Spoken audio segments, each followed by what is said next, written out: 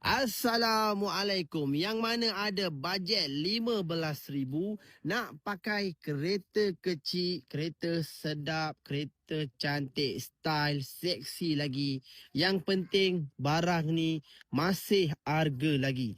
Walaupun tahun dia dah lama, harga tetap ada. Inilah Suzuki Swift yang harga RM15,000 sahaja. Harga sekarang harga offer kita bagi. Harga asal 20k. Sekarang saya nak jual 15k. Cukup murah tapi kereta cantik bang. Abang tengoklah sendiri bang. Kereta ni datang dengan full body kit lagi.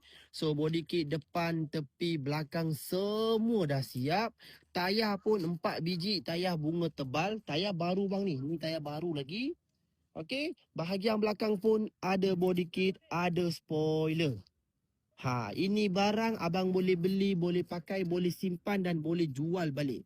Sebab market Suzuki Swift, kalau abang tak percaya, yang sekarang Suzuki Swift, harga dia keras bang.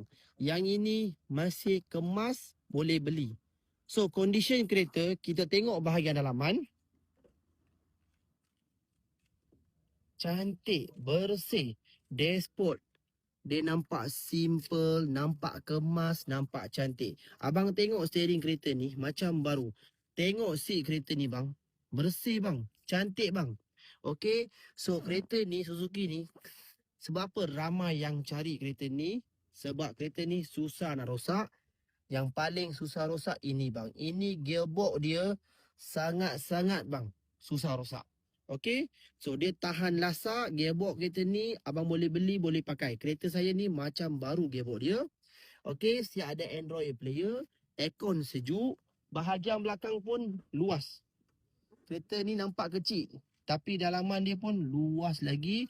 Nak duduk 5 orang memang selesa. Seat belakang bersih, macam baru. Abang tengok dia punya corak ni semua bersih bang. Bawah bumbung pun bersih, cantik. Door trim abang tengok bang. Ini yang full spec abang tengok dia punya kain ni. Selalunya kain ni semua dah koyak bang, dah reput, dah hancur. Yang ini cantik, door trim semua cantik. Owner kereta ni, owner perempuan, dia jaga.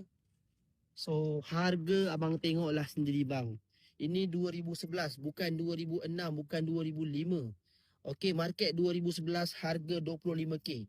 Saya jual abang 15k saja. 15,000 abang beli bang. Beli bang. Siapa cepat dia dapat. 15,000 cukup murah. Ini tahun 2011. 1.5